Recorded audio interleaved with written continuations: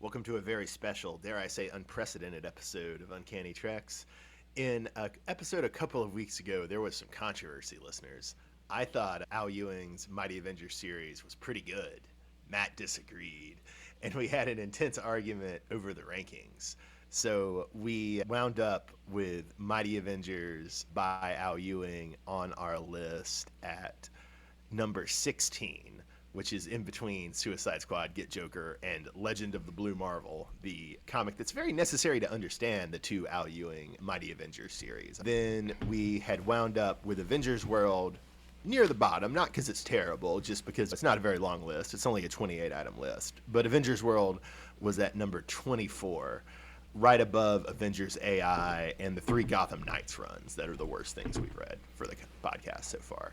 So, Matt, did I describe the contours of the situation pretty well? To some degree, Bob. You also stated that you wanted Avengers World, I think, closer to Hickman's run. You also said you wanted Mighty Avengers closer to Hickman's run as far as our ranking system goes, and you wanted Avengers World above Avengers AI, like you said.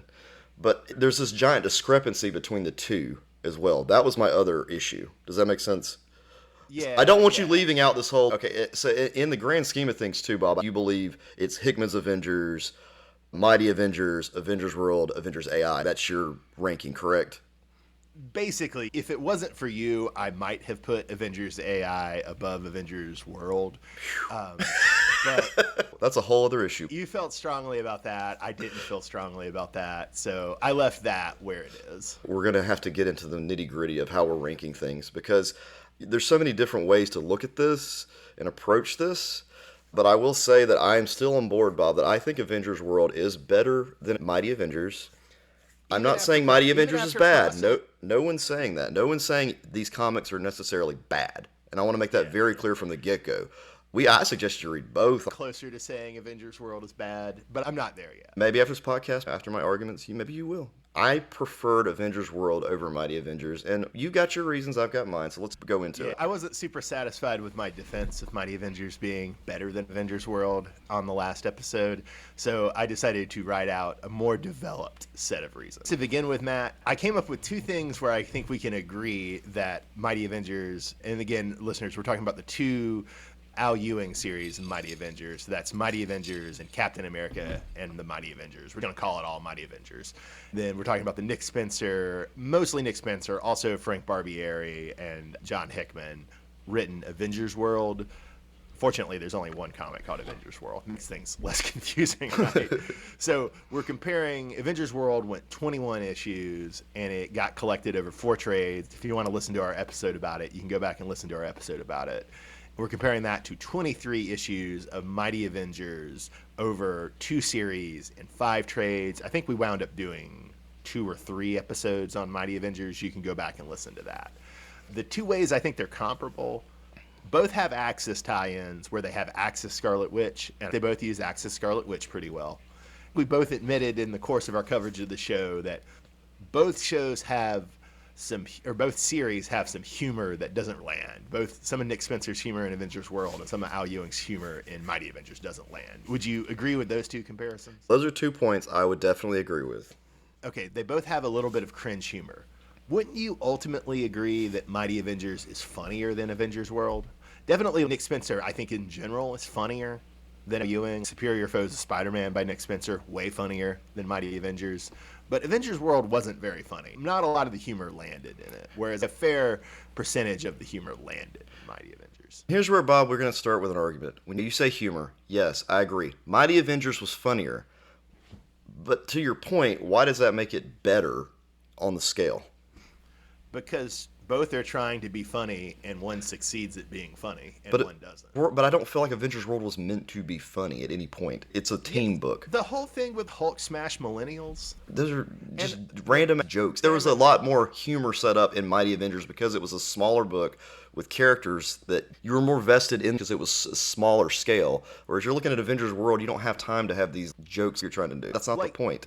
Everything with Maria Hill was meant to be funny too. There were a lot of attempts at humor in Avengers World that we flagged as okay. No, yes, Bob, I agree with that. If you go back and reread it, some of the stuff with the Spider-Man is going to be the same. Also, you have to have some background knowledge for some jokes. In Mighty Avengers, the Spider-Man stuff is funny, but you have to have background knowledge on how that superior Spider-Man stuff fits in play.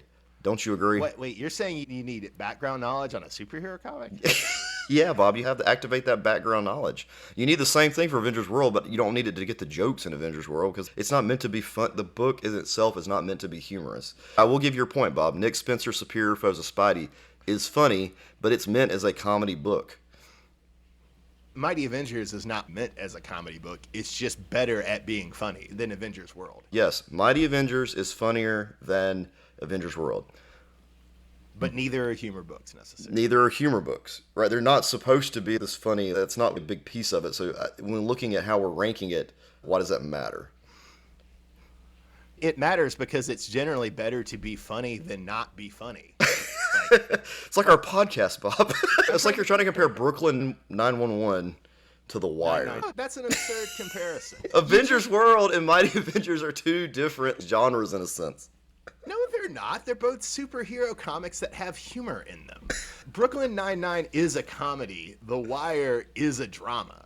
Obviously, it would be ridiculous if I said, oh, Brooklyn Nine-Nine is funnier than The Wire, and therefore it's better. But we just admitted that both Avengers World and Mighty Avengers are both trying to be funny, although that's not their main part. Right. So Mighty Avengers is funnier, but does that make it the better drama? Questioner. We're not ranking them based on whether they're the better drama. We're ranking them based on whether they're the better comic. And so in a course of 20 points, the fact that Mighty Avengers is funnier than Avengers World is 1 point. Okay. All right, what's next? The next thing I would say is that Mighty Avengers is much less decompressed than Avengers World. In the first arc of Avengers World is 14 issues of one story that threads 4 missions together, and it kills so much time. Later in the series, you have some disconnected crossover tie-ins. But you've got this one big story over 14 issues. You have to read 14 issues to get any closure. The 4 missions are spread out over those 14 issues. I think that's a terrible structure. You yourself texted to me about how you liked how, especially in the first Mighty Avengers series, that you had very distinct tones for each of the trades, right? Yeah. And so you've got 4.5 Mighty Avengers trades, 5 trades or 4.5 trades, depending on how you count it. For the most part, especially in the first 3, you've got very distinct stories, very distinct tones, and actual satisfaction of complete arcs. You don't get that in Avengers World. You've got to just keep reading this never-ending serialized 14-part story. Bob with his receipts. Pulling up text messages. Bob, we call this intentional world building. World building means that you can never end an arc.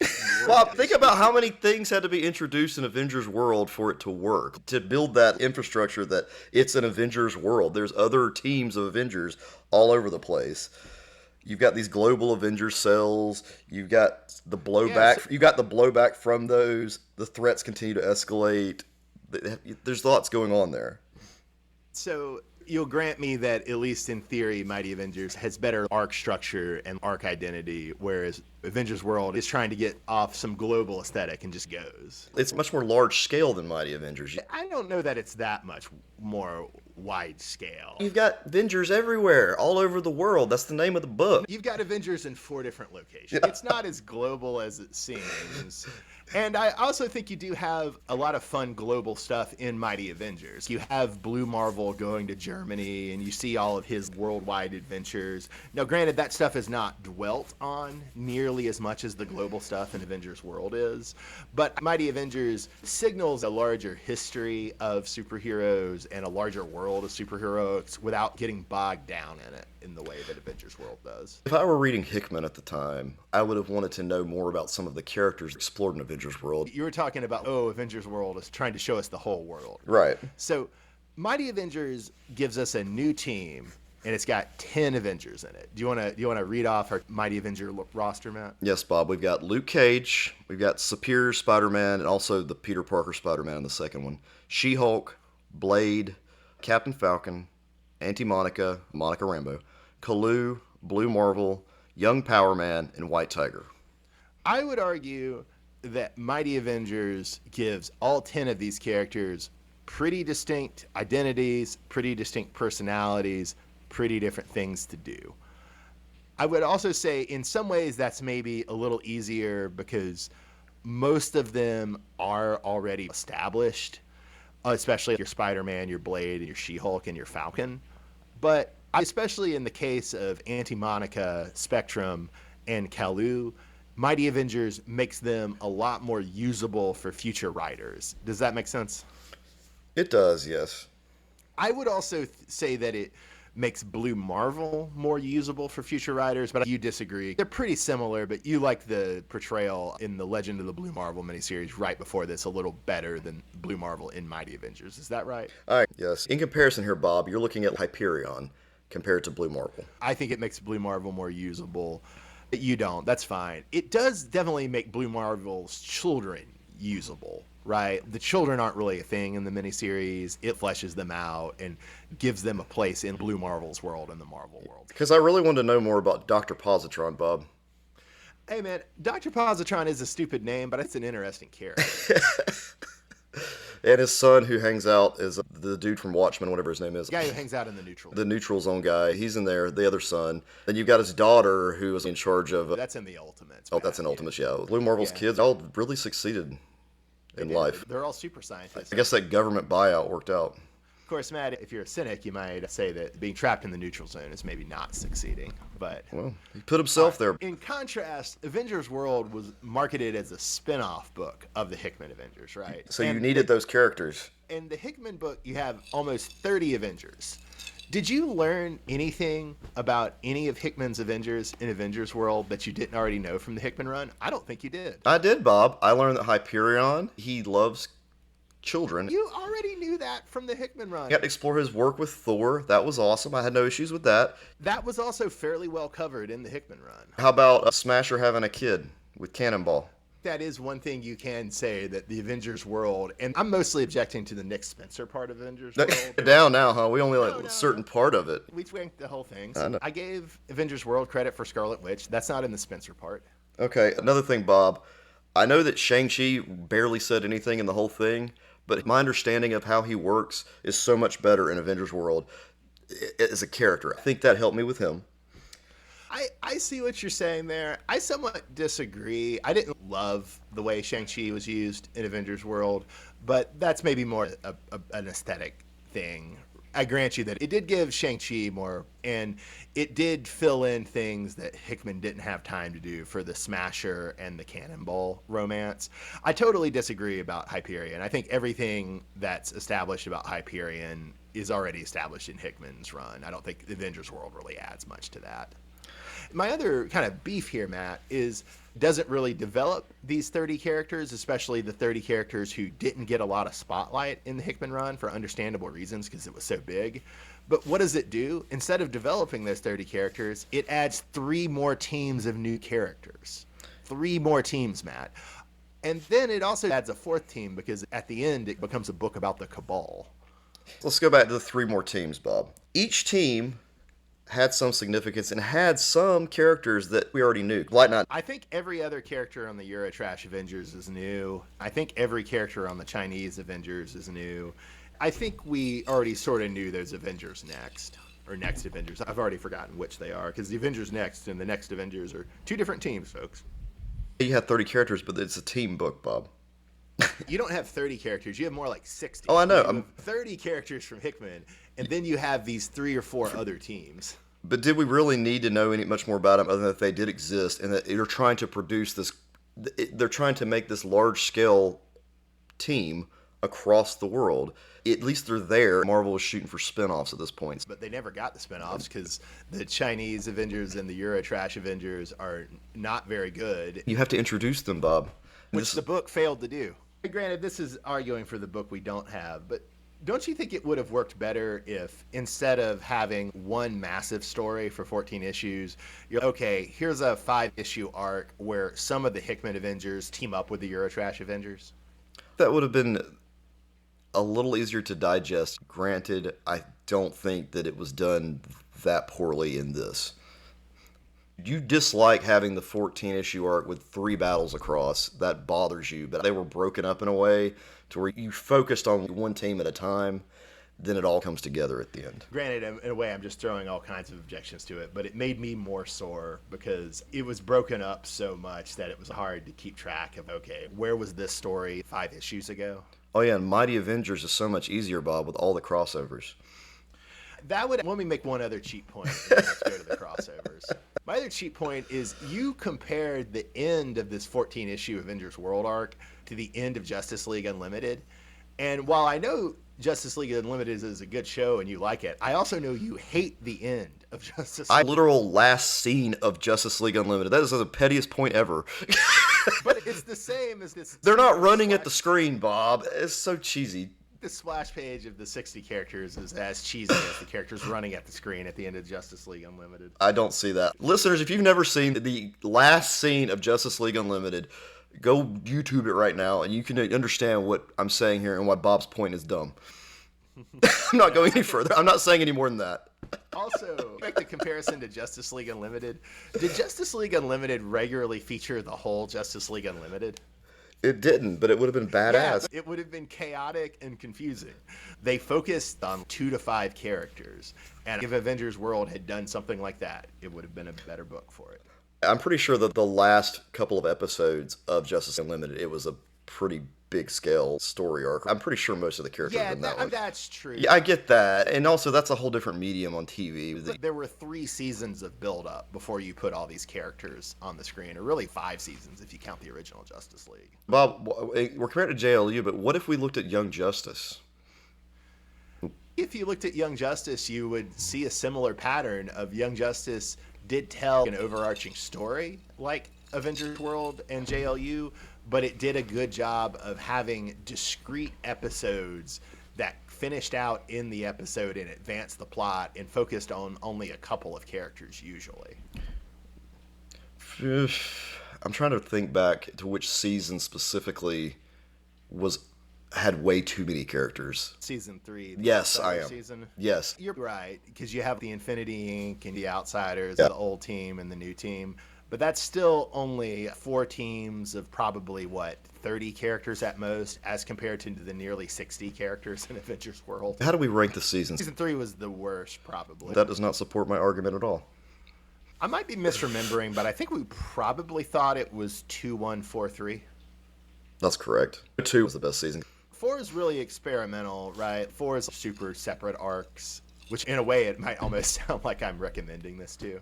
We'd have to say, though, that 3 was good enough for them to bring back another season. 3's not Yeah. terrible. It's the worst season, but it's a really good, interesting season of TV. If you guys haven't seen Justice League Unlimited or Young Justice, you should watch both. Okay, Matt. So you mentioned crossovers. I agree that crossovers are a liability, but I think that Mighty Avengers juggles its 4 or 5 crossovers a lot more creatively and a lot more interestingly than Avengers World juggles its 2 crossovers. And do you want to read the list of the 4 to 5 crossovers that Mighty Avengers had to juggle? Infinity and Inhumanity, Original Sin, Axis, Time Runs Out. Now, Avengers World just had Time Runs Out and a little bit of Axis, and that's it. I think that's a point for Mighty Avengers. It could have been a lost point, right?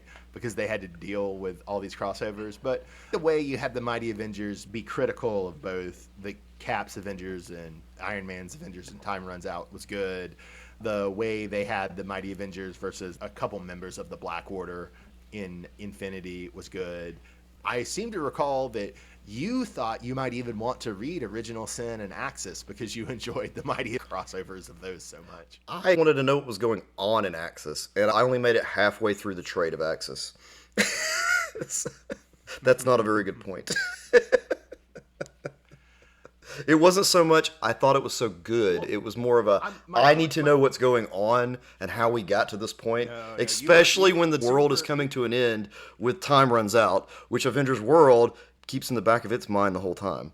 My point doesn't depend on Axis or Original Sin being good. That would be foolish. They're not. My point is that Al Ewing is a good enough writer that he tricks you into thinking that they are interesting when they're not. And I don't like people that do that. Oh, you don't like people who do good at their job? Yeah, I don't like people who convince me to read other people.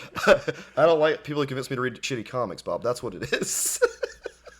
So you want Al Ewing to do a bad job writing tie-ins to the crossover. You want Al Ewing to be like Nick Spencer and Frank Barbieri and do a bad job writing an Axis tie-in, and at times runs out. Bob, this is the dead truth. What I really want is a Mighty Avengers where he doesn't have to be interrupted with so much crossover. Maybe then I would think the story was better.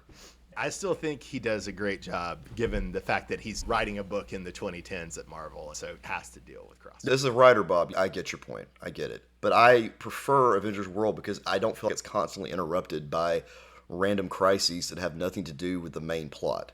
Which wasn't a bad plot, although,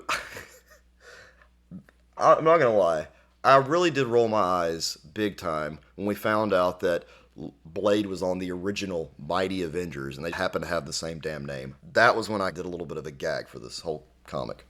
I still maintain that the flashbacks in Mighty Avengers were much cooler because we both had the Black Avengers flashback to the 70s, which was super cool, and the Jack Kirby Fantastic Four flashback with Blue Marvel and his son getting involved in the Rama Tut issue. I do like that, and I love that because it did make me go back and read that Fantastic Four comic. And even though you don't like prequels, and even though the coincidence of the name was cheesy, the actual content of the Black Avengers flashback in the 70s was cool. It had a nice aesthetic. And those are better than the secret origins for the Eurotrash Avengers and the secret origins for the Chinese Avengers and the secret origins for the Avengers Children.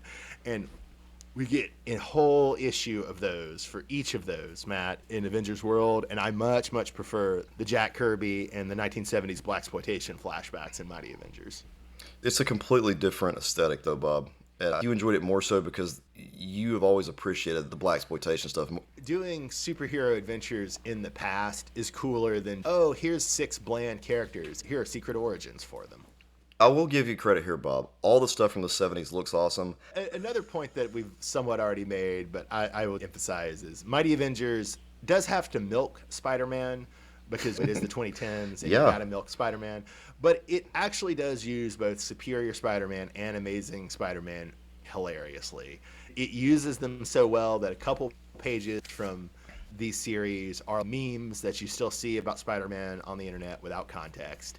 Then you compare that with, we made fun of Avengers World at the time. It has to put Wolverine on the cover, but it doesn't actually use Wolverine. In a way, that's a good thing that Avengers World doesn't use Wolverine. I don't want it to. But in terms of milking your more popular Marvel properties, Mighty Avengers does a much more creative job of that than Avengers World. Mighty Avengers, though, pretty much makes Spider-Man a punchline throughout. And that's his whole purpose, right? And Wolverine, yeah, Bob, it's a team book. There's so many characters. We don't need more information about Wolverine. Then why have Wolverine in the book at all, Matt? Because, Bob, he sells comics. He's only on the cover, right? I don't even know if he's in the comic. Well, I mean, he was running the Jean Grey school at this time. The man's busy. He's got stuff to do. Matt, like you, I would rather live in a world where you didn't have to put Wolverine on the cover to sell the book. But we don't live in that world. If we live in the world where you have to have Wolverine or Spider-Man on the cover to sell the book, if somebody picks up the book, are they more likely for Spider-Man and they read Mighty Avengers? I think they're more likely to enjoy Mighty Avengers. Whereas if somebody picks up Avengers World for the Wolverine cover, they're going to be, what? They're going to be what anyway? Because it's going to be Superior Spider-Man. They have to know that that's Dr. Octopus and he's taken over Spider-Man's mind. I would prefer that Mighty Avengers not have had to do 5 crossovers. But I think it did a good job with its 5 crossovers. Likewise, I don't want a world in which Mighty Avengers has to include Spider-Man, but it did a good job including Spider-Man. Avengers World, Bob, has an X-Men issue within it. This is true, and you really like that X-Men issue. I did. I'm shocked. In other contexts, if another book just randomly became a different book for a single issue, you would be more critical of that. But in this context, you like it, so I'll give it to you. Avengers World does have a single cosmic X-Men issue that is pretty fun. Excellent. Another argument I would make for Mighty Avengers being better is Kalu is a much better wizard than Dr. Druid Jr. You get Dr. Druid Jr. as the wizard in Avengers World. I know you don't like Dr. Druid Jr. I don't like magic people, period, Bob. I didn't like Kalu that much either. He's just more of a mean Doctor Strange. That's about it. I don't think they could use Doctor Strange because he was part of the Illuminati at the time and all that good stuff. So you need Kalu. He was also going bad, wasn't he? Yeah, he was. So really, he's just Timu, Doctor Strange. That's a little unfair. Kalu has lots of good personality in Mighty Avengers, and it sets him up good for use in the future. Granted, he hasn't been used in the future, but it's far more likely to see more Kalu than it is more Eurotrash Avengers or more Avengers Children. Bob, I don't like the magic characters, period, so this argument is not valid. But you don't have to like the magic characters to admit that one works better than the other. You made fun of Dr. Druid Jr., not just because he's magic, but because he's Dr. Druid Jr. Dr. Druid Jr., though, is one of a 40, 50-something character, so I don't have to deal with him, whereas Kalu, there's the whole plot based around magic in Mighty Avengers. To shift to a different tone, then, I would put to you that WESP is a much better evil science organization than AIM. Oh, yeah, really, Bob? Okay, why is West better? Just give me why. Because the random adventures you see in the flashbacks with Blue Marvel and Blue Marvel Jr. are quite funny. Because the West always constantly having to explain their ideology is quite funny. The German puns, which this gets down to a lower point, but this comic gave you an excuse to exercise your German knowledge, which I know you enjoyed. And also, Matt, AIM was pretty okay in the Hickman run, and this gets down to later points, but I think you'll admit this, that AIM was pretty dire in Avengers World, especially the AIM version of Smasher as the messenger. That was bad. The mission to AIM Island that brought in the Avengers Children, that was definitely the worst of the multiple missions in Avengers World. AIM is meant to be impersonal. It's a global threat, a network of scientists. As is West. You want your global evil network people to be humorous, apparently. Or you laugh at Germans. When it comes to faceless global networks, I'm more of an AIM person than a West. Not AIM in general, AIM in Avengers World. AIM in Avengers World, but it's meant to be impersonal, Bob. They're the ones that cause the problem. They always do this. There's nothing... Why do you need this? I actually think AIM is pretty personalized in Avengers World, because we're in the era of you have the Scientist Supreme, who both the Hickman Avengers and the Avengers World spends a lot of time with. We're setting AIM up as a parallel state. We have that time in early Avengers World with the Minister of Education and the Minister of Health. Jude the Entropic Man is the Minister of Health. The Avengers World spends a lot of time on AIM. I don't think impersonal is the right word. I will grant you that over the course of the series of Avengers World, Bobby DaCosta buys out AIM, and that is a better plot than the plot of Blue Marvel Jr. joining WESP later in Mighty Avengers. I will grant you that. Bobby DaCosta buying AIM. We attempted to read that book, and we were thinking about reviewing it, and we're not going to. This is too in the weeds for me. Part of it is that neither of us are big Young Avengers fans, but even if we were big Young Avengers fans, I don't think Al Ewing's New Avengers AIM would have won us over. Yeah. All right, Matt. You were alluding to this earlier, but yes, I do think Blue is a more interesting analog of Superman than Hyperion. And I'll go you one better. Blue Marvel is also a cooler underwater hero than Stingray. You're not wrong, Bob. I really do like Blue Marvel. But Hyperion, in this book, you do learn more about his character, especially how he learns some humanity, and you see that. Whereas Blue Marvel is a whole different thing of humanity trying to hide him than still being a part of it.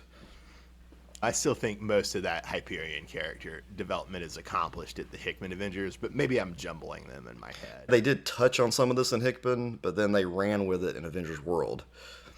I will give you, though, that Hyperion has the Zebra Kids. Yeah. We also have Valeria Richards. Those are much cooler superhero kids in Avengers World than Blue Marvel's. Even though I like Blue Marvel's kids a lot more than you, apparently, that I still have to give that Valeria and the Zebra Kids are much cooler kids than Blue Marvel's kids. No one's ever going to be cooler than Valeria, Bob. This is true. Another reason, Matt, would be we get evil Luke Cage in Mighty Avengers. We get rap mogul Luke Cage. And that's a much better evil version of a superhero than AIM Smasher, a.k.a. the Messenger. Oh, Bob liked stereotyping Luke Cage. I don't like stereotyping Luke Cage. I like exploring alternate personalities. He saw that black superhero, and he said he has to be a rap mogul. Man, Bob. I enjoy Dark Phoenix versions of characters sometimes. I'm just going with the cheap shots. So, Matt, are you gonna sit here and tell me that AIM Smasher is better than rap mogul Luke Cage? Is that what you're saying? I'm not going to lie, Bob. I completely forgot really who AIM Smasher was until I had to go back and read these notes. See, And doesn't it just pain you to remember how bad the Messenger's costume, aka Aim Smasher, doesn't it pain you to remember her costume? That was pretty bad. I'm going to give you this one, Bob. I did like that Luke Cage part. That was interesting. And him being a double agent was fun. I'll give you this. He wasn't very good. Oh, no, it was horrible. It lasted half an issue, but it was okay, yeah. It's well, I'll bring my wife into it. They'll never figure it out. I will also say, Matt, I will give you Captain America or Falcon Captain America. He's a much better Captain America than U.S. Agent or Old Man Steve Rogers. And we see both U.S. Agent and Old Man Steve Rogers in Avengers World. And I don't think either of those are great, but Falcon Captain America, he's a good Captain America. Yeah. Whereas Steve Rogers is a shining star throughout Avengers World. I don't know if I'd go that far, Matt. He's a cranky old man. So, Matt, I know one problem you had with Mighty Avengers was that you think, and you're not wrong to think this, that Anti-Monica, Young Power Man, and White Tiger's powers are nebulous, at least for those of us who are not super familiar with these versions of the characters. But I do think you have to give Ewing that those characters' powers are more defined, and he does a lot more with them than most of the additions to Hickman's Avengers that you see in Avengers World. Once again, Bob, it's a big book with a lot of characters. You get to explore them because it's a smaller cast. Whereas Avengers World, it's big time. And yeah, we still don't know 3D Man. I'll give you that. But everybody else is pretty easy to figure out. Part of the point of Avengers World is it's supposed to flesh out the Hickman Avengers. And so that means fleshing out characters like Starbrand and Night Mask, fleshing out the Zebra Kids, all the Abyss and Ex Nihilo. And none of that is accomplished in Avengers World, right? It is meant to flesh out the Hickman Avengers run. This is something that it doesn't flesh out at all. And granted, okay, maybe the Mighty Avengers could have fleshed out the powers more, but it also uses those powers in creative ways that you can still understand even if you don't get the deal of, like, what are the Tiger God's limits or what are Young Power Man's chi powers. Right. And I will say the Mighty Avengers characters, though, are incredibly OP. Like, I don't understand why they're just not their own team in Avengers World. Well, because Avengers World was crazy enough. It didn't need a Bob, it needed another team there. It also bothers me, too, that we're supposed to have this, like, book that's supposed to be this, like, ragtag team of Avengers or whatever. Like, you know, like, oh, they're not part of the big thing going on. But yet you have, like, some of the most powerful characters on that team. Well, but you're saying this like Ewing like created these characters. He's inheriting these characters, and some of these characters are very powerful. Yeah, he took Monica Rambeau from Next Wave and, you know, ran as far as he possibly could with it in Mighty Avengers. Well, yeah, I mean, that's kind of what you do with, you know, you get a character and you're like, okay, this character has a lot of power. Let me show them use it. Well, she's to the point now where, you know, we're covering Ultimates, and there's like, I don't think anything can kill her. Well, yeah, but I mean... It's the same with most of them, too. It's the same with Blue Marvel. Young Power Man, I still don't have he's got chi. I guess if the city dies, he dies. I don't know how that works. And then White Tiger, she's scratching Luke Cage. Come on, you know she's pretty powerful. Yeah, okay, Spectrum is unlikely to die. Anti-Monica is unlikely to die. Is any superhero character likely to die? No, that's kind of the whole point of the genre.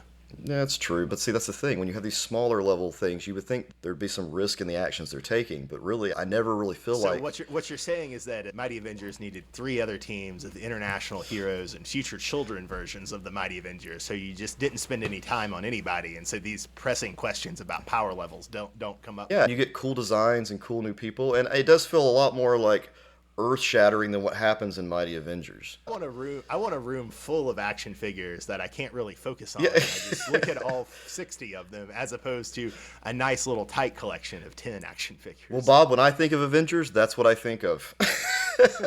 So there you go. I mean, I think most people think Avengers, they think of a lot of colorful superheroes, you know, doing crazy worldwide things globally. All right, next point. So we see Avengers Hotline.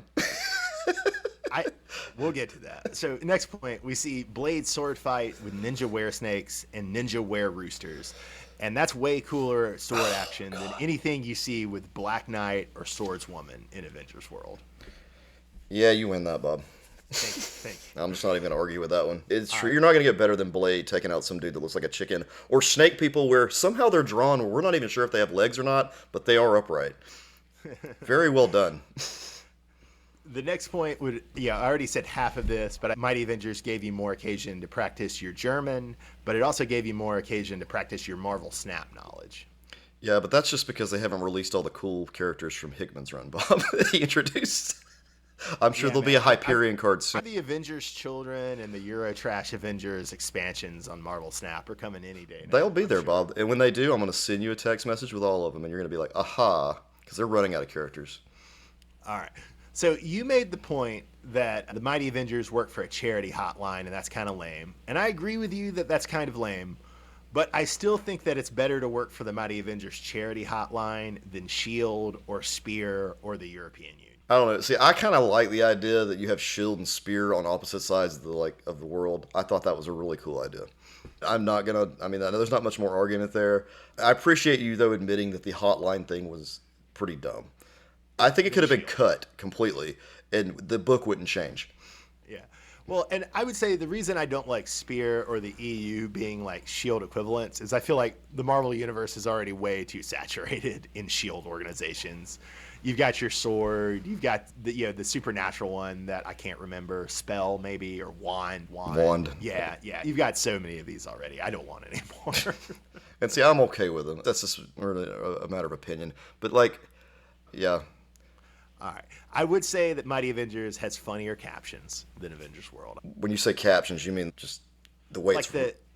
the captions that are like, hey, here's this character, here's like a one line. Oh, when they describe. Okay, so when they're describing the characters, yes, I'm okay with that. But here's the problem: when they do that in every single book, I just stop reading them. I think I mentioned this in the last podcast. It's like if I know the character and they may put something funny there, great. But if I already know who they are, I'm not even gonna read the caption. So Tragic. mute point. You're missing some good jokes. There's some inside jokes there, I'm sure. Yes.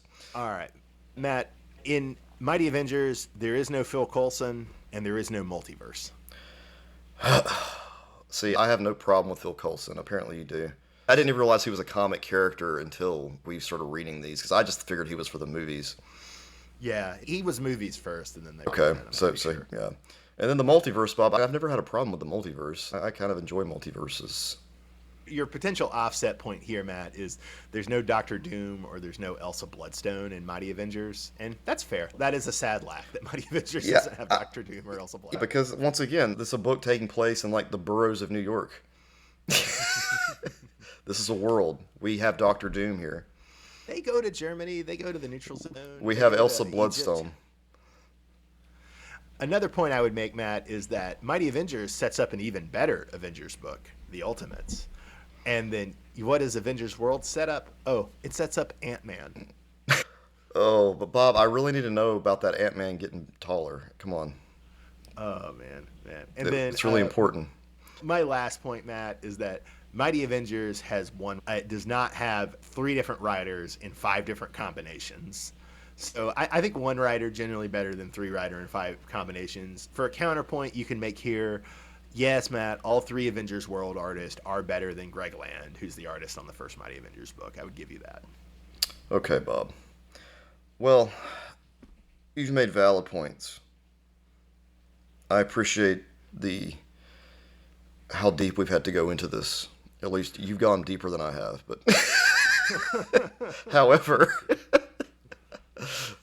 I still argue that I personally enjoyed Avengers World, I think, more than Mighty Avengers, just because of the whole scale, and I was coming off very high from Jonathan Hickman's run. Man, so I should have had you read Mighty Avengers first, is what I'm hearing. That's what this boils down to, because it's really hard for me to go from such a large scale, universe-shattering events in Hickman's run and then go down to I feel like that shift is different. I just appreciate how the Avengers World does expand upon what was already created. And since I have such love of what Hickman did with Avengers, I wanted to see more of that. And I felt like I did get more of that from Avengers World. Whereas with Mighty Avengers, there's nothing wrong with it. It's an excellent book. Like Bob said earlier, Ewing having to deal with the crossovers, he does a phenomenal job. Bob, he did convince me to go read some stuff I probably didn't need to read afterward. I'll give you that. Which is funny that it becomes both a strength and a weakness for you. Exactly. It's like, damn, dude, you're going to make me go read these. I would have loved to have seen him do create what he needed to without all the interruptions. And you do kind of see that more so, I believe, in the second run with Captain America and the Mighty Avengers. Yeah, I mean, there might be a way in which I'm not appreciating Avengers World for what it is. I think there's also just, I've read Avengers World 3 times now, which is 2 times too many. Yeah, I agree with that. You don't need to read anything. I don't know why Bob reads anything more than once. I'm such a pedant. A lot of things deserve reading more than once, but Avengers World does not. I read it, like, I was reading the Hickman stuff as it came out, and so I read Avengers World then. And okay. So you actually read these when they dropped? Or within the trade, like when the trade dropped? A year or two, yeah. Okay, so yeah. But yeah, I was reading the Hickman run back then, but I think I stopped at Time Runs Out and I didn't read Secret Wars. And so years later, a couple of years ago, I went back and I reread the whole run, and I also reread Avengers AI and Avengers World when I was rereading the whole run, and that was a bit too much. Yeah, but we can both agree, though, I think, that this Avengers World is better than Avengers AI. Are you good with that? I don't care enough about either to really argue that out. Yeah, yeah, because so I'm going to say that. To let you have that. Yeah, because Avengers AI, I just felt was just strange, but it's also we were using the knowledge we now have of AI. The conceptualization of what we have now of AI versus what it was back then in 2014. No, you're right. That's a pretty hard thing for Avengers AI to overcome. And this gives credence to see, Bob doesn't like Iron Man books because the technology just is usually like with the stuff they use eventually, it just doesn't work out. You know, it's like that we already have that. Well, and so I don't think I think I've read Avengers World too many times, and then I think the other problem is that I was really interested, because I was reading the Hickman run in trades, within like a year of it coming out, and was really interested in the lineup. Yeah. And I think having to have read Avengers World 3 times, I've really had to confront that, like, I really wanted more detail about the lineup of Hickman Avengers, and I'm just kind of bitter that Avengers World, which seemed like it would do that, then didn't do that. And that makes sense, Bob. All right, Bob. So you know what? We're going to keep it the way it is currently. You've convinced me, Bob. I enjoyed this, Bob. I enjoyed this because I just like defending things. Even though, I will say your points are pretty spot on, but I did like coming back and trying to add a little flair into it. My mini. Ruffle your feathers a little. My mini petty points. Yeah, God, you have some petty points. Jeez. That Justice League Unlimited one, you need to be shot for that. I'm just saying, Matt, this is not how they did it in Justice League Unlimited. All right, well, can I get you to agree with it? All right, good. Keep going. Last point. If Avengers World ended with every character of the 60 characters running towards the panel camera 2 by 2, it would be the worst book ever, right? Oh, of course, Bob. It'd be terrible. But to give some defense to JLU, I feel so bad like trashing these things because they're amazing.